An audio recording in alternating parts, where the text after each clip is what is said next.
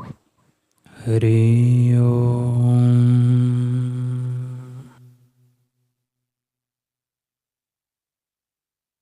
हरि ओम।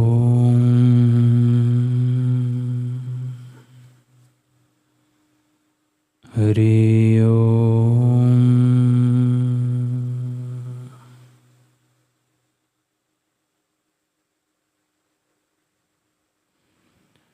ओम श्री सद्गुरु परमात्मने नमः। श्री योग वशिष्ठ महारामायण।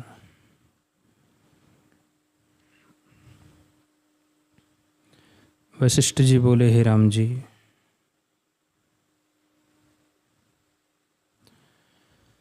जिसको संतों की संगति प्राप्त होती है वह भी संत हो जाता है।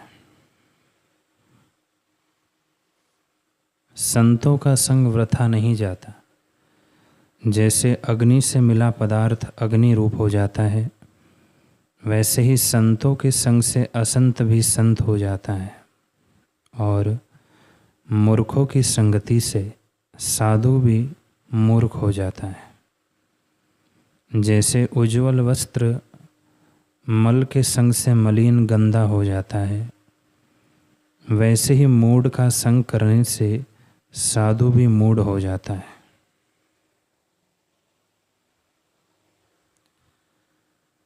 क्योंकि पाप के वश उपद्रव भी होते हैं, इसी से पाप के वश साधु भी दुर्जनों की संगति से दुर्जनता घेर लेती है।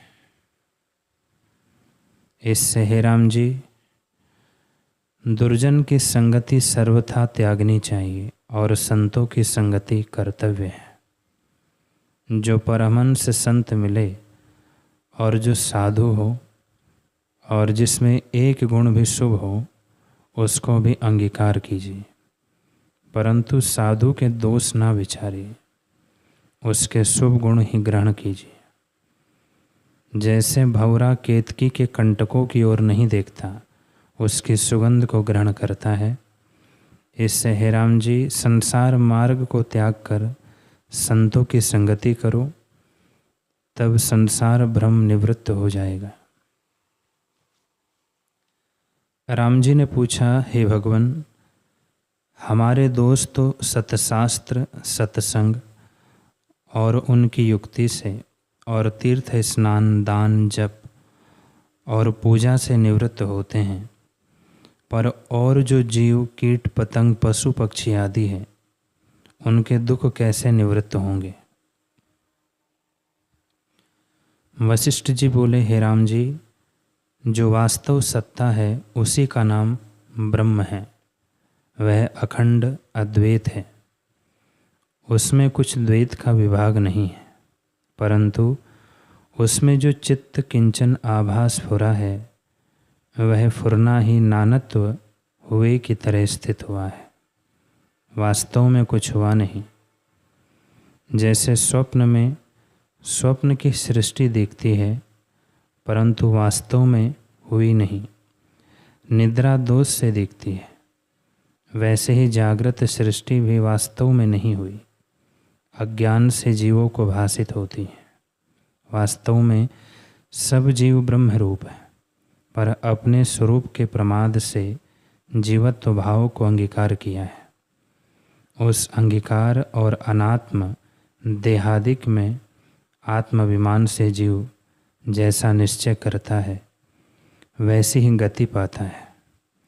देश काल क्रिया और द्रव्य का जैसा संकल्प अनुभव सत्ता में दृढ़ होता है, वैसा ही भासता है। उसमें चार अवस्था कल्पित होती है और जैसी जैसी भावना होती है, उसके अनुसार अवस्था का अनुभव होता है। वे चार अवस्था ये है, एक है घन सुषुप्ति, दूसरी ही क्षीण सुषुप्ति, तीसरी स्वप्न अवस्था और चौथी जागृत। पर्वत और पाषाण घन सुषुप्ति में है। जैसे सुषुप्ति अवस्था में कुछ नहीं फुरता, जड़ीभूत हो जाता है, वैसे ही इसको कुछ नहीं फुरता, घन सुषुप्ति में स्थित है। वृक्ष क्षण सुषुप्ति में स्थित है। जैसे क्षण सुषुप्ति में कुछ फुरना फुरता है, वैसे ही वृक्षों में भी फुरना होता है, इससे वे क्षण सुषुप्ति में हैं। पक्षी, कीट, पतंग आदि त्रियक जीव स्वप्न अवस्था में स्थित है। जैसे स्वप्न में पदार्थ दिखता है परंतु स्पष्ट नहीं दिखता, वैसे ही इनको थोड़ा सूक्ष्म ज्ञान है, इससे ये स्वप्न अवस्था में स्थित है। मनुष्य और देवता जागृत रूप जगत का अनुभव करते हैं। हे राम जी, ये चारों अवस्था आत्मा में स्थित है। छोटे बड़े सब का अहम प्रत्यरूप आत्मा है। उसमें जैसा संकल्प दृढ़ होता है वैसा ही वह दिखता है। हे राम जी, हमको एक दिन व्यतीत होता है और चींटी को उसी में युग का अनुभव होता है। हमको जो सूक्ष्म अणु होता है उनको वही पर्वत के समान लगता है। हे राम जी, स्वरूप सबका एक आत्म सत्ता ही है, परंतु भावना से भिन्न भिन्न भाषित होता है। एक कीट है जो बहुत सूक्ष्म है, जब वह चलता है तब जानता है कि मेरा गरुड़ सा वेग है और उसको वही सत हो रहा है। बाल खिल्लियों का अंगुष्ठ प्रमाण शरीर है, उनको वही बड़ा दिखता है और विराट को वही अपना बड़ा शरीर लगता है। निदान जैसी जिसकी भावना होती है वैसा ही उसको भासित होता है। मनुष्य, देवता, पशु, पक्षी सबका अपना अपना भिन्न भिन्न संकल्प है। जैसा संकल्प किसी को दृढ़ हो रहा है उसको वैसा ही स्वरूप भासित होता है। जैसे मनुष्य राग, द्वेष, भय, क्रोध, लोभ, मोह, अहंकार, क्षुधा, तृषा, हर्ष, शोक आदि विकारों में आसक्त होता है, वैसे ही कीट, पतंग, पक्षी आदि को भी होता है। परंतु भेद इतना ही है कि जैसे हमको यह जगत स्पष्ट रूप दिखता है वैसे ही उनको नहीं दिखता। संसारी सब है परंतु वासना के अनुसार न्यून अधिक भासता है और दुख का अनुभव स्थावर जंगम को भी होता है। जब किसी स्थान में अग्नि लगती है और उसमें वृक्ष और पाषाण जलते हैं तब उनको भी दुख होता है, परंतु सूक्ष्म स्थूल का भेद है। जैसे और जीव के शस्त्र प्रहार करने से शरीर नष्ट होने का दुख होता है, वैसे ही वृक्षादि को भी होता है, परंतु घन सुषुप्ति, क्षुण सुषुप्ति और स्वप्न जागृत का भेद है। हे राम जी, पर्वत पाषाण को सूक्ष्म दुख होता है, वृक्ष को पाषाण से विशेष दुख होता है, परंतु स्पष्ट मान और अपमान का दुख नहीं होता, स्वप्न की नहीं होता है। मनुष्य और देवताओं को स्पष्ट राग, द्वेष जागृत की नहीं होता है, क्योंकि वे जागृत अवस्था में स्थित है, और वृक्ष, पाषाण आदि को स्पष्ट दुख का विकल्प नहीं उठता, क्योंकि वे जड़ स्वभाव में स्थित है। पर दुख तो सबको होता ही है, और आश्चर्य देखो कि कीट महादुखी रहते हैं। जब वे मृतक होते हैं तब सुखी होते हैं। अज्ञान से जो इस शरीर में आस्था हुई है उसको भी मरना बुरा लगता है, तो और जीवों को भला कैसे ना लगे। हे राम जी, अपने स्वरूप के प्रमाद से भय, क्रोध, लोभ, मोह, जरा, मृत्यु, क्षुधा, तृषा, राग, द्वेष, हर्ष, शोक, इच्छा आदि विकारों की अग्नि से जीव जलते हैं, आत्मानंद को नहीं प्राप्त होते और घटियंत्र की नाई वासना के अनुसार भटकते हैं। जब वासना दृढ़ पाप की होती है तब जीव पाषाण और वृक्ष योनि पाते हैं। जब क्षीण वासना तामसी होती है तब त्रियक, पक्षी, सर्प और कीट योनि पाते हैं। हे राम जी, राजसी वासना से जीव मनुष्य होते हैं, सात्विक की वासना से देवता होते हैं, पर जब मनुष्य शरीर रखकर निर्वासनिक होते हैं तब मुक्ति पाते हैं। हे राम जी, जब ज्ञान उत्पन्न होता है तब जीवों के दुख नष्ट हो जाते हैं। दुख के नाश का और कोई उपाय नहीं है।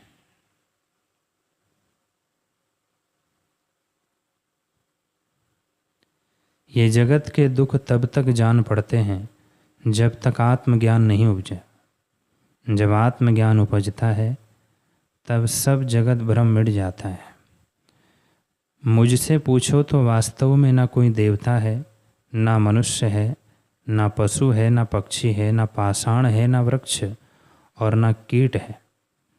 सब चिदाकाश रूप है, दूसरा कुछ नहीं बना। भ्रांति से नाना स्वरूप भासित होते हैं। सर्वदा काल सब प्रकार आत्मसत्ता अपने ही में स्थित है। हे राम जी, ना कुछ जगत का होना है, ना अनहोना है, ना आत्मता शब्द है, ना परमात्मता शब्द है, ना मौन है, ना अमौन है, ना शून्य है, ना अशून्य है। केवल अचेत चिन्मात्र अपने आप में स्थित है।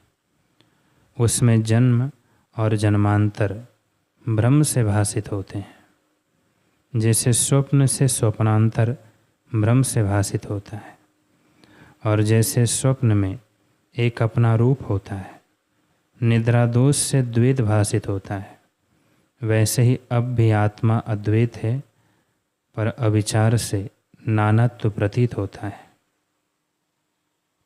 हे राम जी, दुख भी अज्ञान से होता है, विचार करने से दुख कुछ नहीं। जो मृतक होकर उत्पन्न होता है तो शांति हुई, दुख कुछ नहीं है। और जो मृतक होकर शांत हो जाता है, उपजता नहीं, तो भी दुख कोई नहीं, मुक्त हुआ। जो मरता नहीं तो भी ज्यों का त्यों हुआ, दुख कोई नहीं हुआ। और जो सब चिदाकाश है तो भी दुख की बात नहीं। हे राम जी, अज्ञानी के निश्चय में ही दुख है, पर विचार किए से दुख कुछ नहीं है।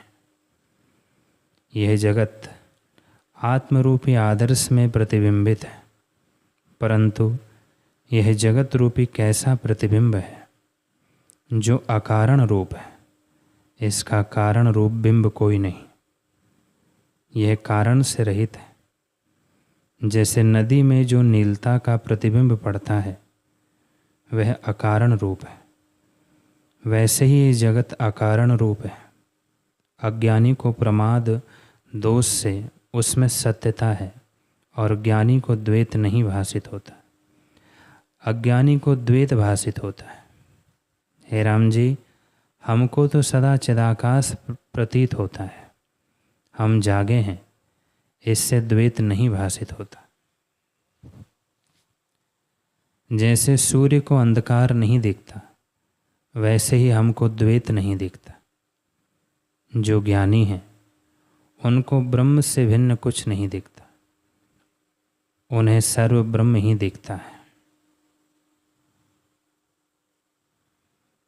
श्री राम जी ने पूछा, हे भगवान, जो कुछ तुमने कहा सो तो मैंने जाना, परंतु अब प्रश्न यह है कि नास्तिकवादी का कल्याण किस प्रकार होता है। क्योंकि वे कहते हैं कि जब तक जीव है तब तक सुख भोगे, जब मर जाएगा तब भस्मीभूत होगा, न कहीं आना है न जाना है। श्री वशिष्ठ जी बोले, हे राम जी, अखंड आत्मसत्ता आकाश के नाई सर्वत्र व्याप्त है। जब तक उसका भान नहीं होता तब तक मन का ताप नहीं नष्ट होता। जब आत्मसत्ता का भान होता है तब शांति प्राप्त होती है और मनुष्य अपने को अमर जानता है। जिस पुरुष ने अखंड निश्चय अंगीकार किया है उसको दुख स्पर्श नहीं करता। वह ब्रह्मदर्शी होता है, और जिसको ब्रह्म सत्ता का निश्चय नहीं हुआ उसको मन के ताप नहीं छोड़ते। वह स्वरूप के प्रमाद से अपने को मरता जानता है, पर महाप्रलय रूप आत्मा में सब शब्दों का अभाव है। जैसे महाप्रलय में सब शब्दों का अभाव होता है, वैसे ही आत्मा में सब शब्दों का अभाव है।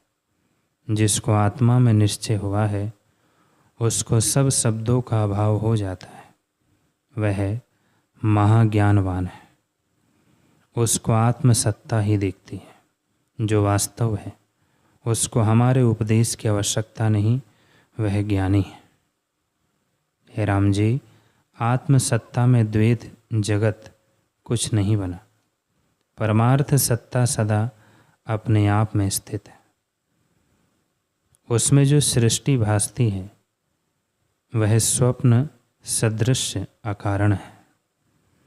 इसलिए ज्ञानवान पुरुष सब शब्दों अर्थों को सत नहीं जानता। ऐसे पुरुष को हमारे उपदेश की आवश्यकता नहीं, क्योंकि सब शास्त्रों का सिद्धांत आत्मपद है। जो उसको जानता है, उसको फिर कुछ कर्तव्य नहीं रहता। जिसको ऐसी दशा नहीं हुई, वही उपदेश का अधिकारी है। यह जगत आत्मा का किंचन है। अज्ञानी को सत्य जान पड़ता है और ज्ञानी के निश्चय में कुछ नहीं है। जैसे किसी ने संकल्प से एक वृक्ष रचा हो, तो उसके पत्ते, टास, फूल, फल उसको दिखते हैं, पर और के मन में शून्य होते हैं। वैसे ही अज्ञानी के निश्चय में जगत होता है, पर ज्ञानी के निश्चय में विलास और आत्मा से भिन्न कुछ नहीं। हे राम जी, आत्मसत्ता सर्वत्र और सर्वव्यापी है। उसमें जैसा निश्चय फुरना होता है, वैसा ही अहम प्रत्यभावना की दृढ़ता से भासित होता है। जिस पदार्थ का निरंतर दृढ़ अभ्यास होता है, वह अभ्यास शरीर त्याग करने पर भी धारणा रूप हो जाता है। पर आत्मसत्ता ज्ञान मात्र है और केवल अद्वैत संबित सबका अपना रूप है। जिसको स्वरूप का ज्ञान होता है, वह शास्त्रों के दंड से रहित होता है। वेद और शास्त्र जिसको भला बुरा, सच या झूठ वर्णन करते हैं, उसमें जिस पुरुष को निश्चय होता है, उसको वे वासना के अनुसार फल देते हैं।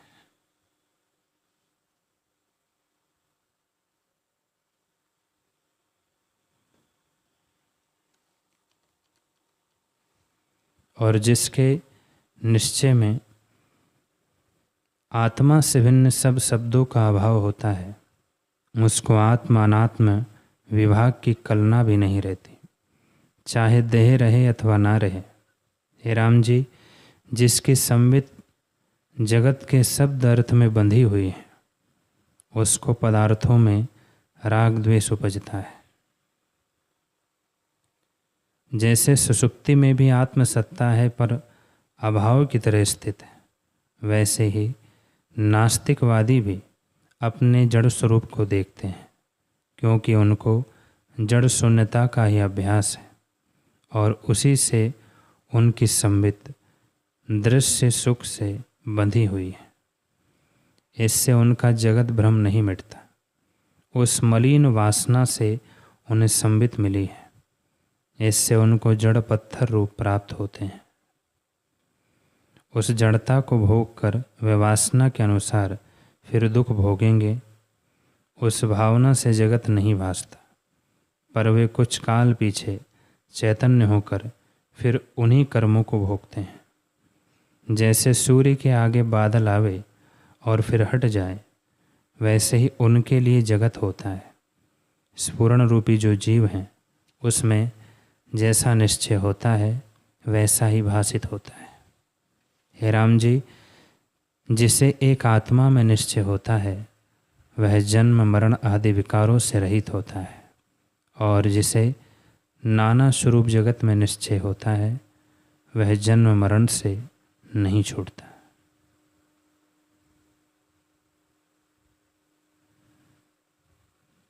हे राम जी, जिसकी बुद्धि में पदार्थों का रंग चढ़ता है वह राग द्वेष रूपी नरक से मुक्त नहीं होता, और जिसको एकात्मा का अभ्यास होता है उसे अभ्यास के बल से सब जगत आत्म तत्व भासित होता है और वह राग द्वेष से मुक्त होता है।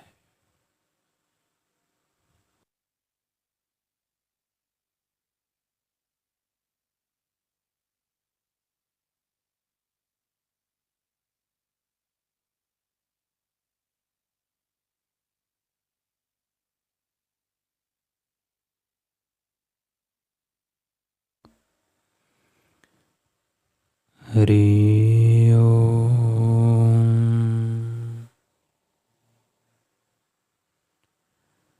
हरि ओम।